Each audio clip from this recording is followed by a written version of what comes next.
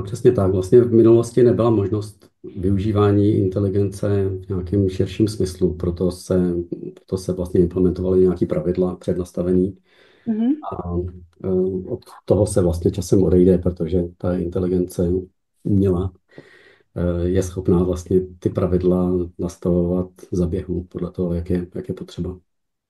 Ale stejně tam ještě musí být ten lidský faktor, protože dobře, tak já si dokážu představit, že u určitého typu ubytování, takový ty apartmány, který mají self-check-in, self-checkout, kde nikdy nikoho nepoznám, že tohle bude stačit, když bude někdo obsluhovat někde v centrále, to už je jedno, jestli bude v Česku, na Slovensku nebo někde v Singapuru, tak na to nepotřebujeme teoreticky nic, ale stejně vždycky tam musí, i přesto, že je tam ta umělá inteligence, ten AI agent, stejně tam vždycky bude muset být nějaký usměrňovač, Mhm. který bude říkat, hele kamaráde, tohle už je jako velká science fiction, do toho nepůjdeme, je to tak.